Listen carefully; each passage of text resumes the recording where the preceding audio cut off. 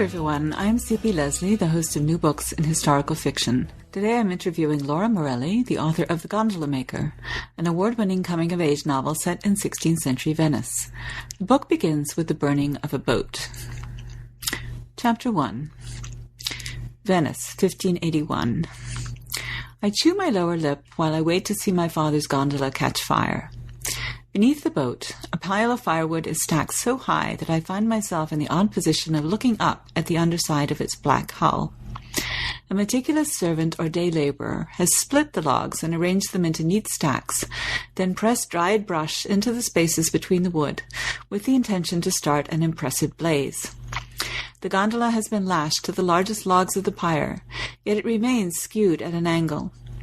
From my vantage point, I cannot help but admire the craft's flowing lines, its elegant prow reaching toward the sky as if to defy this injustice. My father had nothing to do with the crime committed in this boat, of course. I feel certain that none of the onlookers has any idea that my father, our Republic's most renowned gondola maker, and I, a young man barely worthy of note, crafted this gondola with our own hands. Surely no one has noticed our catenella, the maple leaf emblem we carve into the prow of each gondola that emerges from the Vianello workshop. I stand in a crowd of bakers, clockmakers, tailors, housewives, fishermen, and merchants, all hungry for a fiery spectacle. I cast my eyes to what must be hundreds of individuals gathered around me. No, not one of them is thinking of my proud father or myself, even though I helped my father craft this fine boat just 2 years ago in our family boatyard. The only man on people's minds is the one who threw the rock that started this humiliating affair. And now, please join me in welcoming Laura Morelli. Hi, Laura. Thank you so much for agreeing to talk with me today. Hello, Carolyn. It's a pleasure to be here. Thank you. The boat burning is so fascinating and unusual an opening that I'm tempted to plow right in, but I'm going to restrain myself, and let's start, as I always do, by asking you about your background. I know you're an art historian. You have a PhD from Yale and a teaching career. You've also published a nonfiction series, Made in France, Made in Italy, Made in the Southwest, and have another underway, including a book on artisans of Venice. And you give TED Talks. So how did you decide to add a novel to the mix, and where did you find the time to write one? Well, I've been working on The Gondola Maker for about 7 years. I started writing it in 2007 and was in the midst at that time of working on lots of other projects and raising my family. And The Gondola Maker kept kind of going on the back burner. I continued to put it away and take it out and put it away and take it out. And by the time it was finally ready to see the light of day, lo and behold, it was 2014. So it was a long time coming. The good news is that the book industry had changed so dramatically during those 7 years that it was a really great time to bring the story out. I think it always takes a long time, actually. It really, I know my first novel, if we don't count the 10 years that I was working on it before I really got serious, it was like, I think it was 6 years for the first one and 4 years for the second one, and then I got it down to 2. So. Oh, good for you. That's great. But there's a lot of rewriting and so on at the beginning before you really figure out what you're doing. Right. And I think there is some benefit to putting a manuscript away for quite a while and then pulling it out again. You see it in a completely new light. Yes, absolutely. So why did you decide to write a novel? Well, I wanted to write a novel probably ever since I could write, which is about 4 or 5 years old. I really always had that in my head as a dream, but I just had a lot of other things that I wanted to do with my life first. And, but I just knew that would sort of fit in at some point. And when this story of the gondola maker and his complicated relationship with his family came into my head, I knew the time had come. And how did you go about? I mean, you just sat down and write? Did you have a writer's group, or did you show it to people, or how did you get going? My first draft was written between 5 and 7 a.m. every day for about 9 or 10 months. And I just was very disciplined about my writing hours. Sometimes I would write more words than others. I didn't really have a specific, word count, but the first draft was done like that. And then after that, as I said, life got in the way and I kept putting it away and pulling it out and revising and revising and revising. When I got to a point where I felt like it was, more of a second draft, then I started sending it to people who I respected, to family, to friends. I did at that point get involved with a writers group. Eventually I hired a developmental editor since this was my first work of fiction. I wanted to make sure that, I had sort of hit all the right beats with the story. And then, from there, of course, it went to a more traditional kind of production process with the copy editor. Yeah, I have to say, it's a beautifully written book. It's beautifully edited and designed, and it's a very interesting and unusual story. You mentioned the changing publishing climate, and you self-published this book. Was that always your intention to self-publish it? No, not at all. In fact, I had 3 traditionally published books before The Gondola Maker, and certainly up to that point, that was the only option. So certainly when I started writing The Gondola Maker, and as I worked through it, I always had in my head that I would just submit it to my agent and go to New York Publishing. But in that time that I was writing and revising, I started to see the publishing market undergo this great transformation. And I was intrigued by the idea of going independent and seeing what that might hold. I was really, I think, more lured by the educational opportunity of it because, when you have a New York publisher, they do the production of the book, meaning the design of the cover and the interior and, the pre-press, the printing, and then they do the distribution. And so those were aspects of bookmaking that I really didn't know. I knew about the writing, I knew about the editorial process, and I knew about the marketing because even if you're traditionally published, you still have to be very involved with your marketing. But it was that production and distribution that I really didn't know much about. So I decided that this was an opportunity for me to try to learn that. So it was really more of a learning experience. And being my first work of fiction, it was already an experiment for me. So it just added to the experimental nature of what I was doing. That's very interesting. Have you been happy with the results? Oh, very much. Yes, I would definitely do it again. I like being able to have a little bit more control over all of the different aspects of what's going on. I like having a more direct connection with my readers. I think that's really important and so wonderful. It's such a wonderful aspect of publishing that we authors never had in the past. And so, yes, I would definitely do it again. So how do you go about getting the word out besides coming here to talk to us, for which we're very grateful? Oh, thank you. Well, sometimes you do, I think, as an author, feel as though you're shouting into the void. But I'm pretty active on social media. That's, I would say, my primary way of interacting with readers. But I also speak often at live events. I'm sometimes invited to speak, for example, at a university or in some sort of academic setting. I've also spoken at private events. Last month I was at a private formal dinner that I actually organized, and I worked with a resort, and we came up with a Venetian theme and a Venetian menu, and I gave a presentation. So that was an example of a private event. So I do a lot of speaking and then interacting with readers online.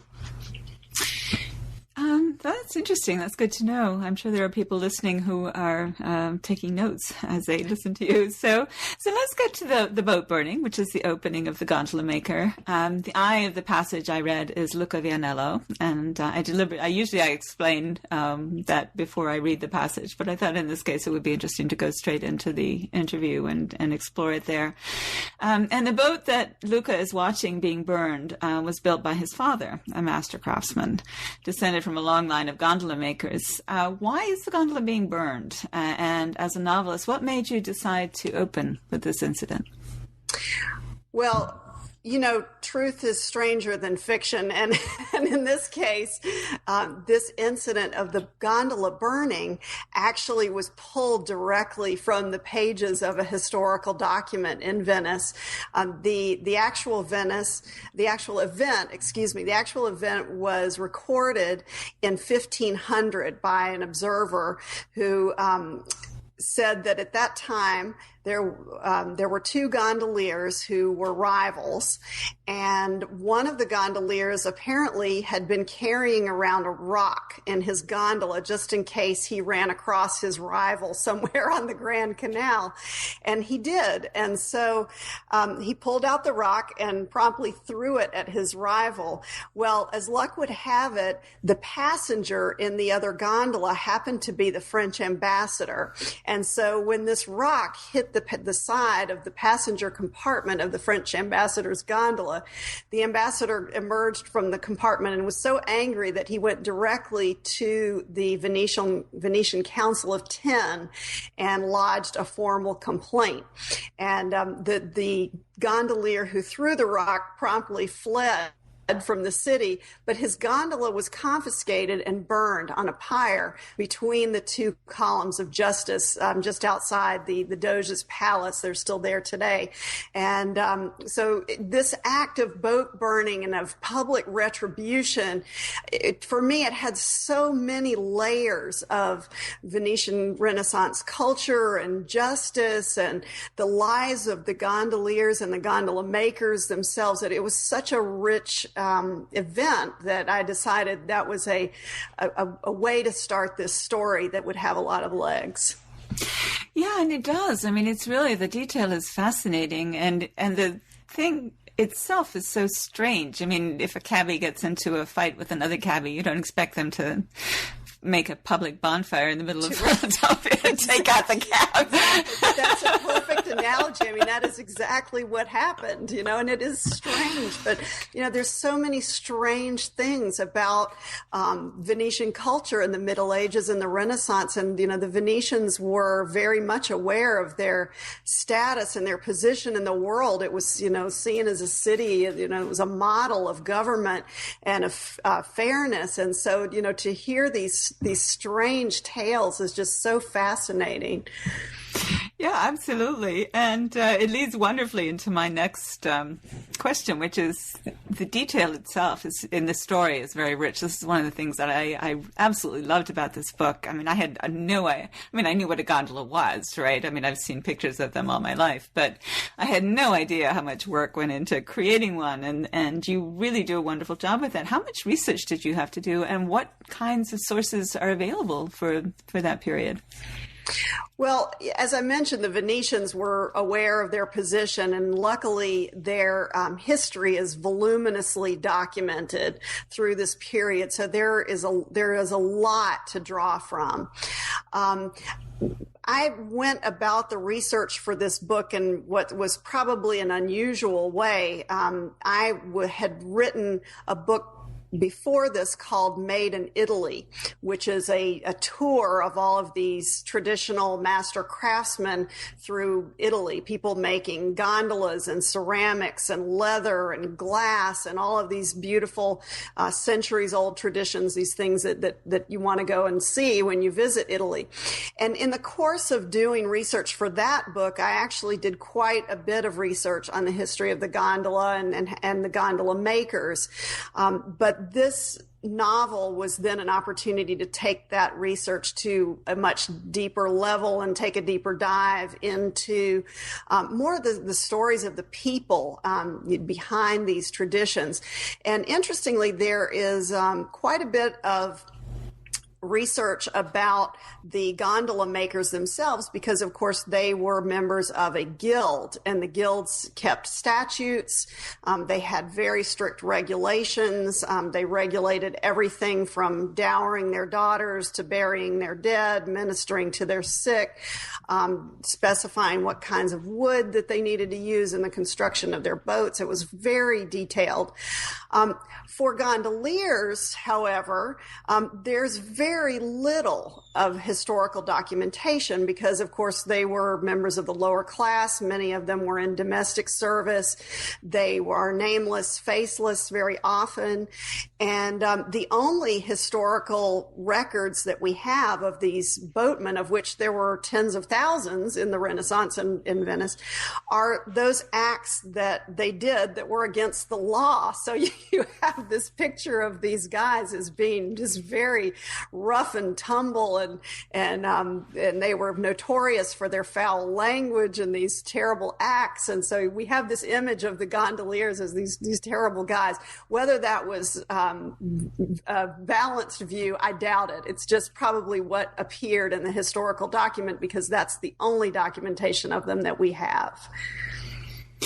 That's really quite fascinating. I specialize in 16th century Russia, and the gap. I mean, the wonderful thing about Italy or France or England or even the American colonies is that you have all of this written material, and we have hardly any. I mean, the stuff that was written down is mostly, send so many bushels of grain to the Tsar's army, right? Right. And even that, because everything was built of wood except the Kremlin itself and monasteries and things like that, every 40 years, the whole thing burned down. And so until about 1650 or so, where people start to get serious about preserving the documents. I mean, they didn't have a state budget in Russia. Wow. In 1640. Well, that's a good reason to make it all up, right? Right. But there is this sort of element to it in that, again, I think this is true almost everywhere, actually, but it's certainly true there, too, is that there's hardly anything for the 16th century. But for the 17th century, people who are of a lower social class, they almost always show up because they're in trouble. And so they're in court records or whatever. Absolutely. But of course, the same is true for people working in, people's homes. They're only mentioned because there's a necklace missing or something like that. So. Of course, that makes it fun for the fiction writer because, Absolutely. I mean, these are the people that you want to write about, not the goody two-shoes. Absolutely. Nobody wants to read about them. Exactly. So this book is above all Luca's story. So tell us about him as a person and what he's going through. I mean, we don't have to. We're certainly not going to go all the way through your plot because we want to keep.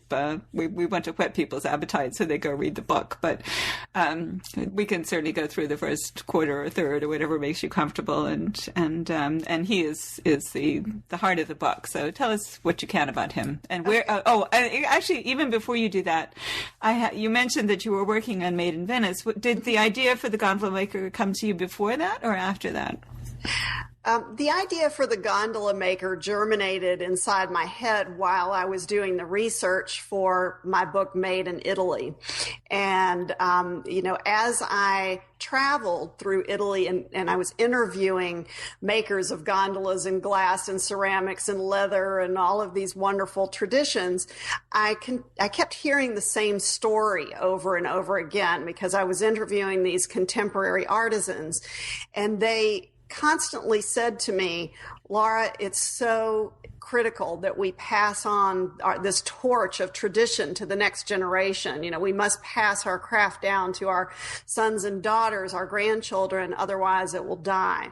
And I heard this story over and over again, and I began to wonder what would happen if the child were not willing or able for some reason to take on that responsibility and to pass that craft forward. And so with this story of the heir to this gondola boatyard, and his complicated relationship with his father bubbled up. And that was the root of this story. Luca Vianello in the story is the heir to one of Venice's most esteemed gondola boatyards. It's been passed down in his family for many generations, and it's his responsibility to carry that torch of tradition as the oldest son and the heir. His life has been prearranged for him. His marriage to the maker of the wrought iron prows that are put on the front of the boat has already been, as he's been betrothed to the daughter of the prow maker. It's all been arranged for him. However, there's a little bit of complication because actually Luca is not the firstborn. His mother had many miscarriages before he came along, and also had a son whose name was Primo, which is a name in Italian, but it means the firstborn. And so this young Primo actually drowned in the canal outside the boatyard as a toddler. And so Luca goes through his childhood knowing that he is the heir, but he doesn't feel that he's the rightful heir. He wasn't really the firstborn. To make things more complicated, he's also left-handed, much to his father's chagrin. Now, if you know anything about medieval or Renaissance culture, you know that left-handedness was a sign sometimes of being, could be the mark of the devil. It was just a really bad thing. And especially if you're a craftsman and you're supposed to follow your father, being left-handed is just not good. So he has this kind of resentment toward his father who doesn't treat him very well growing up, and who's very heavy-handed with him. So without giving too much away, there's a tragedy in the boatyard, and Luca, for him, it is the sign that his destiny must lie elsewhere, outside of his father's boatyard. And so he seeks out his fortune on the streets of Venice, and that is the beginning of his journey through the underbelly of Venice for the months to come after this event. Yes, and I think we should emphasize that, in 16th century Venice, there's no real welfare system or anything like that. I mean, you could get alms from the rich, or you could perhaps get a free meal at a monastery, which he does at one point. But on your own means really on your own. You could fall into the canal or die of starvation, and nobody would really do much to you except shrug and walk past you. Right. And, in 16th century Venice, the social strictures were so rigid. And that was another thing that interested me about this time period is, someone who is an artisan and an heir to an enterprise like a boatyard, that was the box that they were born into, and they were not likely to venture into any other box. And so for someone to go outside of that box that they were born into was a big leap, a huge leap. And then to not really have any box to go into at all was even more of a hardship. So, that's an interesting aspect, I think, to this time period. And I tried to bring that out in the story. So tell us how Luca survives. At least give us a hint. Well, he, after living on the streets for a short time, he decides that it's time to pick himself up and brush himself off. And he ends up procuring a job as a dockhand working at a traghetto, which is the equivalent of a taxi stand in Renaissance Venice. It's a place, an organized kind of place where there are boats for hire. There are boatmen or gondoliers who can take you from one side of the Grand Canal to the other, or to other points in the city. And he procures a job loading and unloading chicken crates and merchandise from boats. And eventually he becomes kind of the sidekick to this older gondolier named Alves, who's kind of one of these stereotypical rough and tumble gondoliers who I described earlier, who's, got a foul mouth, who's always always womanizing and drinking and getting himself in trouble by extorting his passengers. And so Luca begins to learn the ropes of being a gondolier in 16th century Venice. And of course, he already knows how to handle a boat. Yes, and he does, and he's quite young. He's 16, 17? How old is he in the story? He's actually 21. Oh, okay. Story. So I'm sorry, I had forgotten that detail. So he's right on the age where he should be moving out. I mean, at least in our world, he would be moving out into the world. And in his world, he's supposed to now be assuming the mantle of his father, I suppose. That's right. Exactly right. So as an indirect result of meeting Alvis, Luca also makes the acquaintance of the painter, Master Trevisan. And there are lots of themes here for us to explore, including the fact that you're an art historian. Did you particularly want to have a painter in the story? Oh, yes. Actually, I loved writing Trevisan's character, even more so than I expected. He is not based on any one particular Venetian Renaissance painter that I had in mind, but, there are many, many sources to draw from about the workshops and the inner workings of a Venetian Renaissance painter's studio. And so, there was a lot of material to work with there, everything from the social status of the painter in 16th century Venice. And, this is a time when there is a divide happening between artists, quote unquote, and artisans, quote unquote. And so I wanted to explore that a little bit, that, here's this guy who's the heir to a gondola boatyard and is kind of just scraping by. And then he ends up working in the domestic service of this Master Trevisan, who's this famous and wealthy painter who is painting for some of the wealthiest people in Venice. And I also wanted to explore a little bit about Trevisan's workshop practices, which would have been timely at that time. For example, painters in 16th century Venice were experimenting with grinding shards of Murano glass into their paint pigments. And that imparted a very lucid and beautiful coloration and to their paintings. And these were highly sought after, not only in Venice, but elsewhere in Europe. And so Trevisan is kind of in the middle of all of these changes that are happening in the world of painting.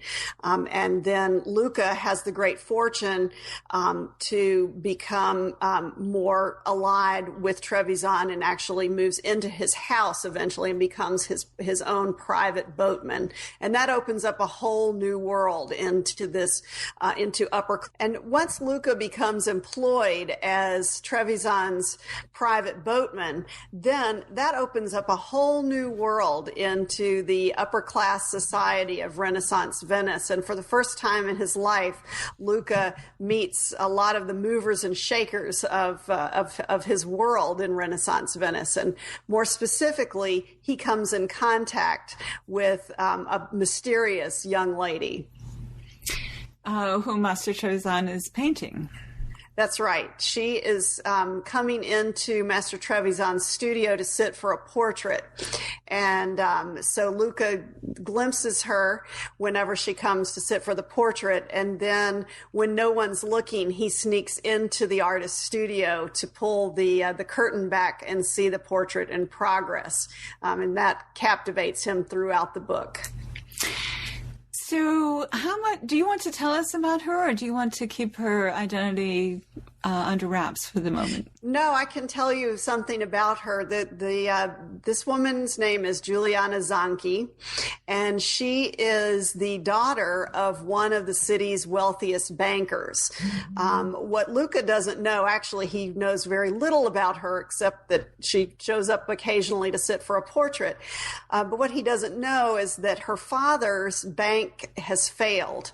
And in fact, her father has also died suddenly. And so like Luca, she herself is in a position of a dramatic life change. And she's also, like him, trying to find her way in the world in this very strict structure of Renaissance Venice. She can no longer live in her opulent palace with her family any more than Luca can live in the boatyard with his father. So they both find themselves in this kind of upside down world. And it's that state of being upside down that will bring them together. She sees Luca as a conduit or a venue, since he's a male with a boat, and sees him as a way to start to sell off some of her jewelry. So she's trying to raise some money and is secretly trying to sell some of her jewelry without anyone in her family knowing about it, so that she can secure her future. And Luca becomes an important part of that plan. Great. So through Master Trevisan, Luca becomes his private gondolier, as you mentioned, and he meets Juliana, which is obviously an important part of his, shall we say, his coming of age, because this is basically a coming of age novel in which he finds himself. And the other thing that he encounters is this broken down gondola, which becomes, in a way, his path. How should I put this so that I don't give too much away? Another path of his towards self-realization. Yes, that's right. The first time that Luca visits the studio of Master Trevisan the painter, he glides past Trevisan's boathouse and looks inside, and there in the shadows is a dilapidated old gondola, and he recognizes it immediately as coming from his own family's workshop, probably turned out by the hands of his grandfather in that previous generation. And as much as Luca becomes obsessed with this Juliana Zanchi who appears in Trevisan's workshop, he's equally obsessed with this dilapidated boat in Trevisan's boathouse. And he becomes convinced that it's his destiny to bring this boat back to life. In some ways, this was the most interesting part of the story for me. I mean, I loved I liked Luca as a character, and I liked Juliana as a character, and the individuals, Alvis was great. I mean, as I said, people love to read about people like that. Right. But the way that you explore the craft of gondola making, I thought was completely fascinating, because I mentioned this in a lot of my interviews, and it's a well-known problem with historical novels is that people do so much research and they can't resist putting it all into the book, right? Absolutely. And even I, as a historian, do not want to sit and read 5 pages of background to what's going on, right? But this was so lightly done, and it was so focused on Luca's experience as he's crafting the boat that it was completely painless. I want to congratulate you on managing to do that, and to ask you in a little bit how you were able to do that. Oh, well, thank you. I really appreciate that coming from you, especially. I think that a lot of that research on gondola making did end up on the on the editing room floor, so to speak, and it is a very painful process to go through. But as I sent the book around to my beta readers, they wanted to know the story. They wanted to know what happened to Luca and how was this gondola restoration, the thing that propelled him forward out of this old part of his life and into, something new. And so I tried to just kind of, as much as possible, create kind of a tension between Luca's process of boat restoration and Trevisan's process of creating this portrait of Juliana Zanchi, so that by the climax of the story, the boat is done and the painting is done. And, those two creative projects kind of come to fruition at the same time that the story itself is ready, to hit its climax as well. Yeah, that's an interesting parallel. You had good beta readers then. They really helped you figure this out. I did. Yes, I was very lucky. I was involved in a book club just as a participant for years, and they're some of the smartest, most discerning women I've ever known, and they also make great cake. So we had a lot of fun, and I'm very, very grateful to all of them for pulling a lot of these things apart and helping me see the story. That's great. Now, as I was thinking about your novel and the parts of it I wanted to ask you about, as luck would have it, I heard a story on NPR about the wood that Stradivari and the other great Italian violin and cello makers used. Yeah. I don't know if you happened to hear this. It was last Saturday. And specifically, there's a modern forest ranger who apparently has an unusual ability to thump on a tree and tell whether it's going to make a great violin. And I thought of Luca and his approach to his grandfather's gondola, and I wondered if you could talk a little bit about what has changed in gondolas since the 16th century. Well, the main thing that has changed since then is just the number of boats that are on the canals, a number of handmade gondolas, I should say, that are on the canals. At the time of the gondola maker in the 16th century, it's estimated that there were about 10,000 gondolas on the canals of Venice. Today, there are only a handful turned out each year. So, of course, the numbers of gondolas that are turned out entirely by hand, and there are still some, it is fewer and fewer. They are in the hands of just a few small enterprises, a couple of family, multi-generational enterprises, as well as a city-operated co-op that employs a number of specialized artisans working in that trade. However, as I'm sure you're aware, Venice is one of the top tourist destinations in the world, and tourism is a double-edged sword for Venice. There are many downsides, namely, water and waste management, the controversy of these large cruise ships coming in, crushing crowds, especially at Carnival. The upside to tourism is that it means that there is constantly a new set of people who are fascinated and who want to know about the history and the culture and the traditions behind these native arts. And so that, in a way, has helped to keep a lot of these craft traditions alive, not only in Venice, but elsewhere in the world too.